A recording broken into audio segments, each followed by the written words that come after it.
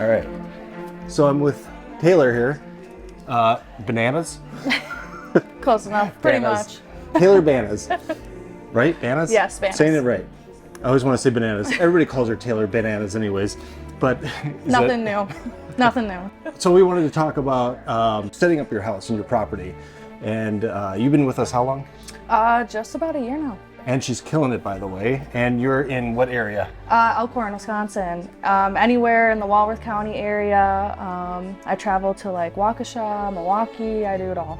She's pretty much Milwaukee South. So if you're a Yeah. realtor and you got Milwaukee or south of Milwaukee, she's your gal. So I can even cross the border. I'm right on the border that's of true. Illinois. Yeah. So Looking at your map, I remember seeing that you're Yeah. pretty far south. Let's go to the first thing today I wanted to talk about, which was setting up your house. What do you do when you go to a house?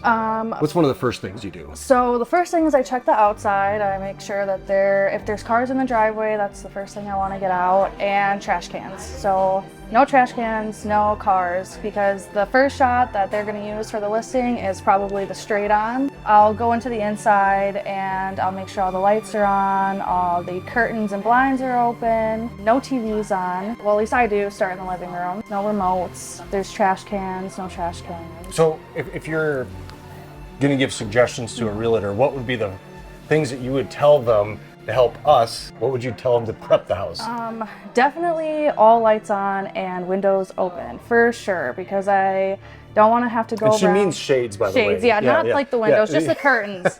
Just the curtains. All the realtors start opening up all the windows. Yeah, like, yeah, you said no. the windows are supposed to be open. Just the curtains, because we can see right outside the windows, which is beautiful. Some houses have light switches that I don't even know where they're at, so I don't want to go around and have to find them. Yeah, there's some homes I've gone into and it's taken me 30 minutes just to get all the lights on. Yeah, So. and then it's like, I'm going through the house and someone's like, oh, there's lights here, and I'm like, well, I just shot that, so let me reshoot it again. I shot a house for a guy. It was a big band name.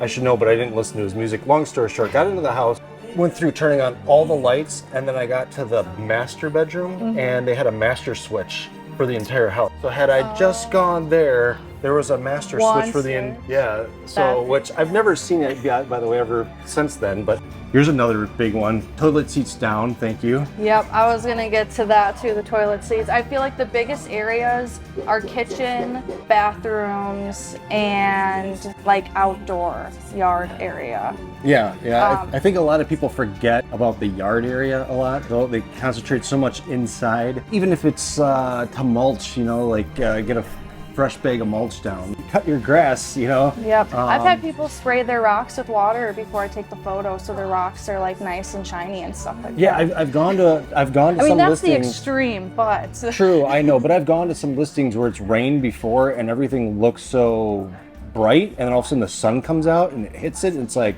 yeah, it pops. So that's actually kind of that's a good one. I've never thought about actually mentioning it to any realtors before. What's another good thing? Hose outside is another thing. You can put the hose away. I mean, like things we can edit, but you don't want to pay the extra money. So if it could just be prepped, it'd be a lot easier. But just like little miscellaneous things in the yard, I feel like toys, or if you have outdoor furniture, clean it off, just wipe it off or something. Yeah, I've gone into a few places. We're going to places all the time, and we're okay moving a few things around. But there have been some homes where it kind of has to be shot as is, and then there's also situations where we're shooting for like a tenant situation. And you kind of have to work with it. Work with that. So, but for the most part, if it is a homeowner and a realtor that's able to convince that homeowner to get that place looking, how it should shine, your place is obviously going to sell faster, and it's going to sell for more money. And the whole reason why you're hiring a professional like ourselves is obviously, to get more money. So right. I feel like the biggest thing is like the kitchen, for sure. So our goal is to make the whole house look as big as possible. So that means, kitchen, the first thing I look at is counter space. Whenever I go into a house, counter space and cabinets. I feel like the less appliances, the more counter space. I mean, obviously, if your home is furnished, you can keep things on the counter. It'll look a little weird when you have like decor and everything and then nothing on the counter or anything like that. Yeah, I would say less is more. Yeah. But almost too little can be not enough. Just a little, even adding a little plants or something in there too. Like 2 or 3 appliances, maybe like a KitchenAid and a knife rack, and that's it, or something. Or sometimes they have that red pot on the stove or something. Yeah, Stage, a little bit staged, but not too much, I guess. Right. Obviously, like clean counters, no dishes preferably, or if you can hide them in the sink, that would be great. Yeah, because we're shooting pretty level. Yeah. So if it's so you can hide the sink, soaps and the sponges in the sinks and everything like that. That's what I usually do. Or even if the drying rack can fit in there, throw it in there.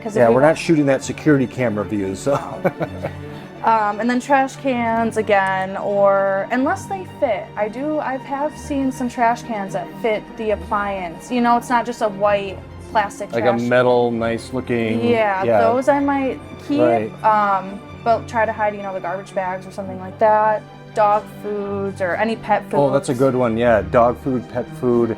Pet beds, toys. This is the way I look at it. When I'm shooting a property, and I'm sure you probably think the same way, is if I'm looking at these photos on MLS or I'm looking at them online, how would I, want to view that house? What's going to draw me to come in? And if I see any, like you said, like pet food out, that may immediately I'm thinking, okay, obviously they got pets. I don't even want to come in and check out the place because I may have allergens or whatnot. But there's a lot of people, and I would say the majority, more than 50%, people have pets, dogs, cats. Some, like I said, majority of people have pets. But most places, I don't smell them. I've gone into places where it smells like wet dog. Yeah. No, most of the places I've been in have been pretty good with that too. Like no pet hair even. Right. Sometimes I don't even know that the pet is there while I'm taking the photo. Until they're coming back with because they're on a walk or something with them. Right. Exactly. Tell me how you got into photography.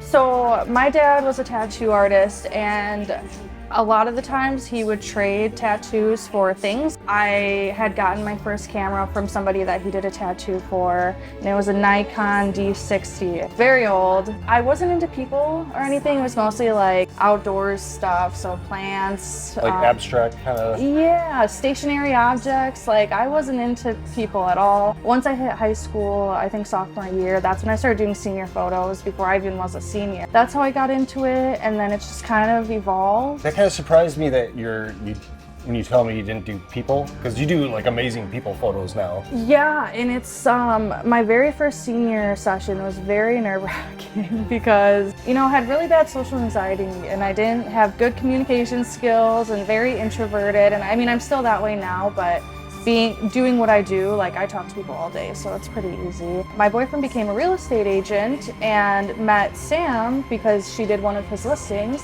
I guess you guys were looking for people, so I messaged her, we met up, and that was it. Now I'm here. And here she is. Which you've been killing it, like I said. Your photos are absolutely awesome. The photo side of the things, I'm going to start having to refer you because I got a lot of people asking me, like, do you do photos? I'm like, not this guy. I love to travel, I love to adventure, so if I can kind of work my hobby or work into that, that would be probably the dream. Is there a home that, like, since you've been doing photos, that kind of stick out in your head? Oh yeah. I just recently did one in Milwaukee by Marquette. It's 3 stories. It's a mansion, and I am super into abandoned houses, so that's what I do for my hobby. You shared this, didn't you? Yeah, I share like a whole bunch of stuff on my Facebook, and I have like an Instagram page now, but I do lots of research, and I just go find these abandoned houses that like a lot of stuff are left behind. I don't know, it's just the history that I like about it. So I walked into this one and it gave me that vibe, and the details on the place were just absolutely crazy. And there was like a fireplace in every room, and it was like used again for like law office, insurance, and something else. So it was just like an office house, but it was crazy, and it was beautiful. Yeah, that's always fun when you go into those homes that have like real history to them. Yeah, so, and especially it has stained glass windows. Like it was crazy. Well, especially if the homeowner or the realtor you know, they know the history of that place, and they kind of, you know, are giving us the history lesson, I guess you could per se, of that place. Or they've been there for 50 years, and those four walls, you know, they all have some amazing stories for each home that we go into, but some are better than others. Is there a photo, since you've taken, like, is there a top photo? I think it was near the Madison area. It was like one of my first listings that I ever did, and it had a gorgeous, like, I called it like a book nook area, and it was like a huge sunroom, and it had a little fireplace, and then the whole view was just trees in the woods, and it was very quiet and peaceful, and I got a shot of like the doors were open and you can see the whole thing. Like, I don't know, I loved it. I posted on my Instagram in one of the reels because it was gorgeous. There's that one, and then I just did like a bar area that they just decorated it really nice, and I got a really good straight on shot of it, so. One thing I didn't mention is, where are we right now? We are in Boxton Burlap, in between Delavan and Williams Bay. Well, I thought while we were here, we would maybe take a few photos of this place, so Taylor was gonna maybe go outside and we're just to kind of do a little B-roll, but if you're okay, we'll take a few photos and show off her craft.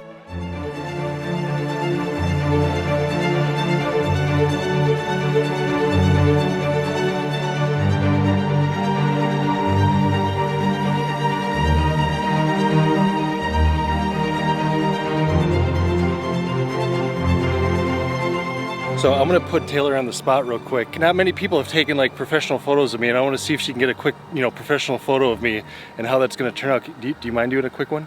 Yeah, I am down actually. All right. Let me actually grab my portrait lens. I'll try to get a good one. Okay, cool. Let's do it. Maybe a new headshot photo. Yay!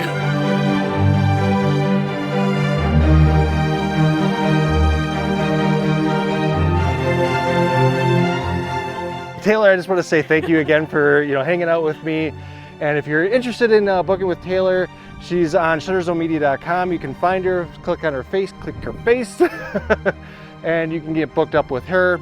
Again, Milwaukee South, you know, you're willing to travel as well. So, but again, if you guys are interested in more content, check out our Instagram page, Facebook, YouTube. Please click and subscribe, and we'll see you guys on the next video. Bye.